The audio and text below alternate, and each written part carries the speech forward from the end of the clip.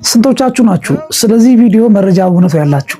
ብዙዎቻችሁ ይሄን ቪዲዮ በምትመለከቱ ጊዜ እውነት አይደለም፣ ሐሰት ነው፣ ትክክል አይደለም ኤአይ ነው ትላላችሁ። ነገር ግን እውነት ስለመሆኑ ዛሬ ልነግራችሁ የመጣሁት ተከታተሉ፣ ተመልከቱ። ሰላም መርጌታ፣ እግዚአብሔር ይመስገን።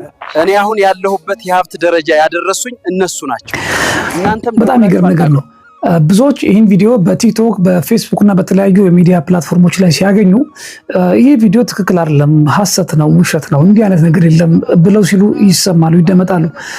ነገር ግን ይህ ቪዲዮ እውነት አለው። ይኸውላችሁ ያ ቅድም ያያችሁት አባት መስሎ የቀረበው ሰው አባት አይደለም። በእርግጥ ማለት የቤተክርስቲያን አባት አይደለም፣ አባት ነኝ ብሎ ነው የቀረበው። ያ የምትመለከቱት ሰው ደግሞ ሀብት የሚፈልግ ንብረት የሚፈልግ ምናልባት እውቅና የሚፈልግ ገንዘብ የሚፈልግ ሰው ነው። ታያችሁ ተሳክቶለት ገንዘብ አምጥቶ እየሰጠ ነው። እና አሁን በዚህ ቪዲዮ ላይ የምትከታተሏቸው ሁለት ሰዎች እነዚህ ሁለት ሰዎች ማለት ነው እውነትነት ያለው ታሪክ የገሃዱን ዓለም ነጸብራቅ በኤአይ ይዘው የቀረቡት ምን መሰላችሁ? በዚህ ስልክ ቁጥር አሁን እዛ ቪዲዮ ላይ ባለው ስልክ ቁጥር ብትደውሉ አንድ የምታገኙት ሰው አለ። ይህ ሰው ምንድን ነው የሚያደርግላችሁ? የምትፈልጉት ነገር ያደርግላችኋል። ገንዘብ የምትፈልጉ ከሆነ መኪና የምትፈልጉ ከሆነ የፈለጋችኋትን ሴት የምትፈልጓት ከሆነ በምትፈልጉት መልኩ የምትፈልጉት ነገር እናንተ ብቻ ገንዘብ አቅርቡለት ወይ ደግሞ እሱ ያ ሰው የሚያዛችሁ ነገር ፈጽሙ እንጂ የምትፈልጉት ነገር ይሰጣችኋል። ነገር ግን ምን መሰላችሁ? አንድ ያልተረዳነው ነገር ይህ ሰው የምትፈልጉት ነገር የሚያደርግበት መንገድ ሰይጣናዊ አሰራር ነው። ወይም መናፍስትን ወደምትፈልጉበት ስፍራ በመላክ ነው ጉዳይ የሚያስፈጽመው።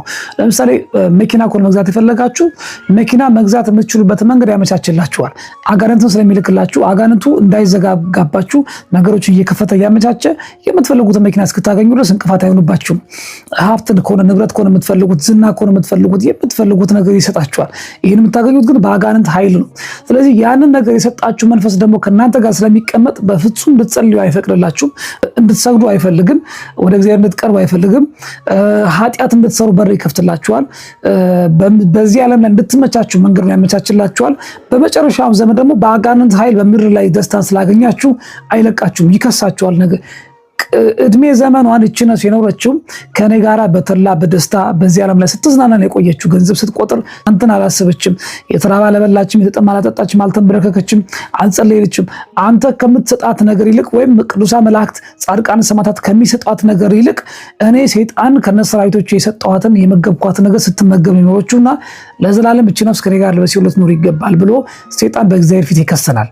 በዚያን ጊዜ መልስ አይኖረንም። ምክንያቱም ወደን ፈቅደን ገንዘብ ከፍለን ስለሆነ የምንፈልገው ነገር ያገኘነው ለዘላለም በሲኦል ላለመቃጠል ምንም አይነት ዋስትና የለንም። ስለዚህ እህት ወንድሞቼ እግዚአብሔር አይደለም እኛ የምንፈልገው ነገር የሚያስፈልገን